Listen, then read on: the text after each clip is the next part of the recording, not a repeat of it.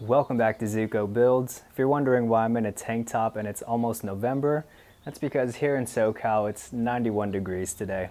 Just a couple of days ago it was pouring rain and we're back to summer. So, summer attire, dude. But today we're not doing a build. I'm, as you can see, letting these outdoor benches for a customer dry out still. So I didn't want all the dust getting all over the pieces that are still drying. And I didn't do a video on this because I already have an outdoor bench and chairs build video. If you guys haven't watched that yet, I'll leave it at the end of the video. But don't mind the mess, letting that dry. So there's not a build this week, and I didn't do a video last week just because I was really slammed with that. Today we're doing a tips and tricks video. Just a few things that help me get through the day, almost every day, that really come in handy for me. And hopefully you guys learn something for this. I'm sure you've seen a couple of them already, but they really are useful, so watch all the way till the end. Let's hop right into it. Alright guys, this first one is super simple, but I find really handy whenever I'm gluing two pieces of wood together. You'll notice that when you're trying to glue something together and you clamp it down, it'll tend to slip out of place from where you had it, and you'll keep having to adjust it to get it back to square or where you want it. Oops, didn't mean to drop you. But if you just add a little bit of sawdust to the glue,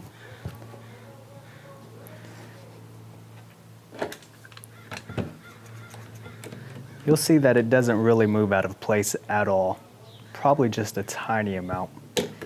But just a little bit of sawdust will really keep it in place.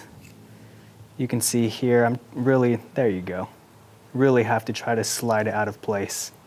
So not too much sawdust, just enough to put a thin layer over the glue joint, and it'll change your lives. This next one is if you want to prevent squeeze out at a joint. What you'll do is, I just like to make a tiny mark, nice and light. Boom, right there, you probably can't see it. And I'll go ahead and use masking tape.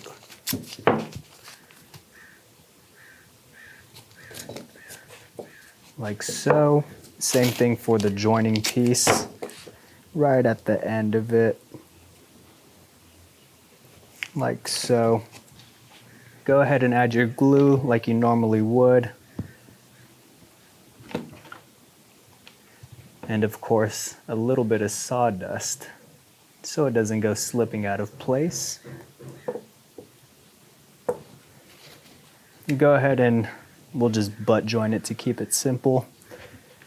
You'll notice all that glue trying to squeeze out already, but we're smarter than that, and we can prevent that.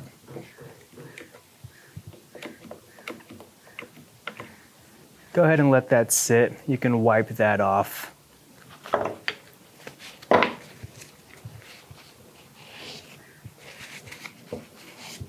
And you'll notice when you take the tape off, you don't have to worry about all that squeeze out on your workpiece. You just take the tape off. Oh, this one's kind of stuck.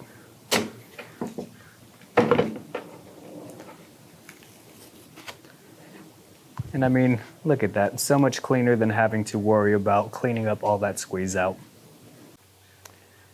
Now let's go ahead and take that same joint, and let's say you forgot to add tape, or you just didn't want to for whatever reason because you're crazy, and you get all that squeeze out.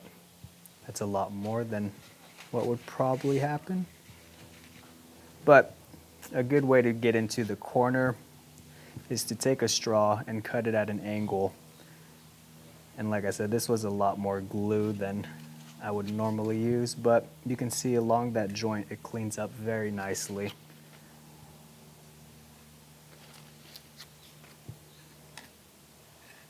And then the rest you can just sand off.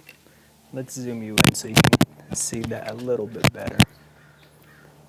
You can tell it went right up to that joint, cleaned up that glue squeeze out, and you can sand the rest. The next tip is to help prevent tear out at the miter saw. I'm sure you guys have all seen this, but I really do encourage you using one if you want to prevent your pieces of wood looking like this. I have a zero clearance insert that helps with the bottom, but if you want to prevent the tear out in the back, all you need to do is add a zero clearance fence. It's super simple. You can use plywood or any other wood and rip it down to size. Make sure that your miter saw can still close fully. This is just a demonstration piece, but of course you want to make it so that it covers your whole miter saw fence. And all I'm using is 3/4 inch screws, and there's holes along the fence of your miter saw that you can drill directly through. If you guys haven't tried this before, you really will notice a huge difference with tear out. There's very little to none if you have a zero clearance fence on the back.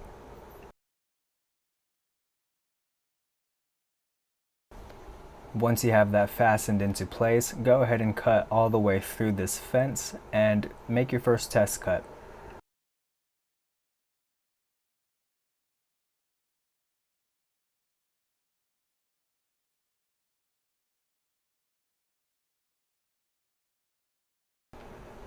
It's super easy, guys, and as you can see, there is pretty much no tear out. It's almost perfect. Alright guys, this next one is super simple again. It's with measuring and how to get super accurate measurements. A lot of people will, let's go to 4 inches here. A lot of people will kind of come and strike a line or make a V. What I like to do is, let's say 5 inches, I'll place my pencil right at 5 inches, make a tiny little dot, then take my square, place my pencil on that dot, slide my square over and mark that line. Guarantees super accurate measurements every single time. Now let's do the same thing again, and to get even more accurate, using a measuring knife would be more precise because it's thinner. So let's go to 6 inches here. I'll just go to 6 inches, make a tiny little indent, just pressing down. Then I'll take my square, place the tip of my marking knife in that indent, line my square up, and strike.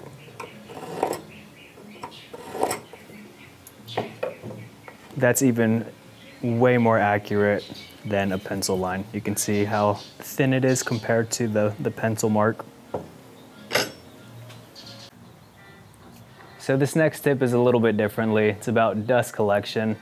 I don't have a proper dust collection system right now. I just don't want to spend close to $1,000 for the dust collection plus all the hoses and accessories. I'm looking at the Dust Right from Rockler. I think that one's a phenomenal dust collection system. But right now I just have 3 shop vacs that I got used. I think total for all of them I spent like $150. So significantly cheaper than having a whole dust collection system. I have one dedicated to my table saw, one to my miter saw, and a smaller one that just floats around. So I'll go ahead and pick up the camera and kind of show you guys how I use them. And it works, so let's see. So for my table saw, I have this 16-gallon rigid shop vac here. I got that for $40 used. Still works like brand new. And that just stays there. Don't mind the huge mess. Then I have this 14-gallon, I don't know why it's all wonky. That stays in there. That's dedicated to my miter saw. That never leaves. And I have this little 6-gallon here that kind of floats around. You can see the hose floats around to my bandsaw, to my little router table, a belt sander, drill press. And that seems to be working for me now. I think I do want to put dust collection right there with a long hose that can kind of reach everything. But right now, this is what I got. Like I said, I spent around, I don't know, $150 for all of them. They're all used, but they work great. Tips and tricks and tips and tricks and tips. There you have it, guys. That's just a few things that really help me get through almost every single day. There's a wasp. It's like summertime again. I freaking hate wasps. All right, he's still floating around somewhere, so if you see me bust out some kung fu, you know why. Yeah, So that's just a few things that really help me almost every day in the shop. I know some of you have probably seen all of those already, but if you haven't seen any of these, hopefully you found this helpful and you start using those too to help get you by in your day. So next week I'll continue on with my regular build videos, but if you do like these tips and trick videos, let me know down in the comments below. I can start making a series of these and pretty much everything that I use to help me get through the day. As always, guys, hit that thumbs up if you like the video, subscribe if you're not already, follow me on Instagram at ZukoBuilds, and if you want to be notified for when I post a video, turn that bell on. Bing, bing, bing, bing. I'll see you guys next week.